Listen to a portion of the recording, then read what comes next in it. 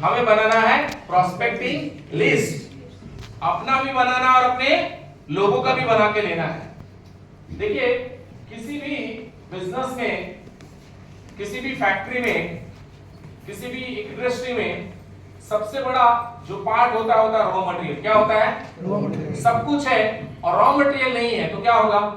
Factory बंद, production बंद। वैसे ही हमारे बिजनेस का जो रॉ मटेरियल है वो है लोग। क्या है? लोग। जब इस बिजनेस में आप आते हैं या शुरू करते हैं बिना लिस्ट का काम करना, मतलब ऐसा हो गया कि घर में शादी है और पूरे मोहल्ले में बुआ बांट के चले आए। अब इसमें दो काम होगा, एक तो लोग ज्यादा आएंगे, दूसरे नहीं आएंगे। घर में शादी है और गए पूरे मोहल्ले में बांट के बोल के चले आए तो होगा क्या? कुछ लोग नहीं आएंगे और कुछ लोग बहुत, तो होगा मिसबैलेंस। कुछ नाराज भी हो जाएंगे और कई बहुत सारे नहीं बुलाए उनको भी आ जाएंगे। होगा कि नहीं होगा? अब आपके रिश्तेदार को आपने बुलाया ही तो नाराज होगा कि नहीं होगा? मोहल्ले में जिसको नहीं बुलाना तो वो भी आ गया। तो बिना लिस्ट का बनाने का काम यही होता है कि जिसको जिसको इनवाइट करना था, बोलना था, आपने बोला ही नहीं अभी तक उनको। ऐसे ही ट्राई करने का मोहल्ले में, मोहल्ले समझ रहे? पहचान के 5 मिले, कहने ये ना पे आ जा, आ गए तो ठीक, उसके बाद भूल गए, छोड़ दिए। तो दोस्तों इसलिए हमें क्या बनानी है? लिस्ट।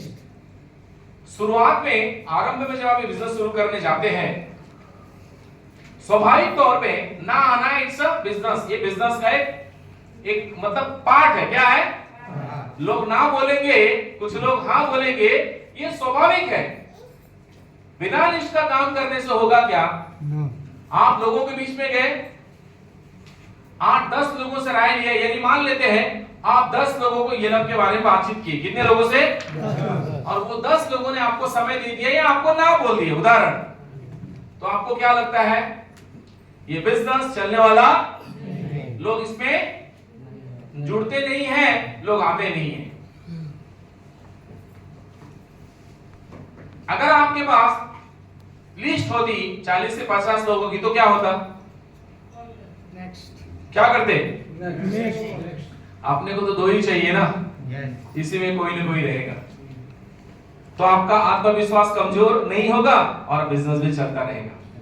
इसी तरह से जब आप ये टीम का बना के लेते हो, उसका विश्वास टूटेगा क्या? नए लोग 2-4-5 लोगों से राय मशवरा करते हैं, बातचीत करते हैं और उनका जो रिव्यू आता है उनको लगता है कि हो गया है बिजनेस। तो पहले खुद लिस्ट बनाइए और साथ ही साथ जो आपके साथ एसोसिएट होते हैं उनका भी बैठ के लिस्ट बना के लेना चाहिए। 300 लोग, कितने? 300। जिसमें से आपके सामने कम से कम 20 से 40 लिस्ट बना के लेना चाहिए। जैसे कि मैं निरंजन जी को ज्वाइन किया तो निरंजन जी को बिठा के कम से कम 30 से 40 लोगों का नाम खुद से मैं निकाल के लूंगा उनसे। समझ गए मेरी बात? आप समझ रहे ना? और बाकी नंबर डाल के छोड़ देना है, बोलना सर बाकी आपको भरना है। कितने लोगों की लिस्ट होनी चाहिए? जितनी बड़ी जिसकी लिस्ट होगी उतना बड़ा उसका धंधा होगा। समझ में आया आप? क्लियर? लिस्ट बनाएंगे ना? लिस्ट बनाने का फॉर्मूला क्या है? इसको बोलते हैं फ्रेंड्स। क्या बोलते हैं? फ्रेंड्स। यानी एफ से आपके फैमिली में जितने भी रिश्तेदार लोग हैं उनका सभी का नाम लिख लो। रिश्तेदार में कौन कौन आते हैं? मामा, फुप्पा, जीजा, है ना, साला, साडू भाई, साडू भाई के भी साडू भाई, साले का भी साला, मामा का भी, ये कहा इनको क्यों बोल रहे हैं?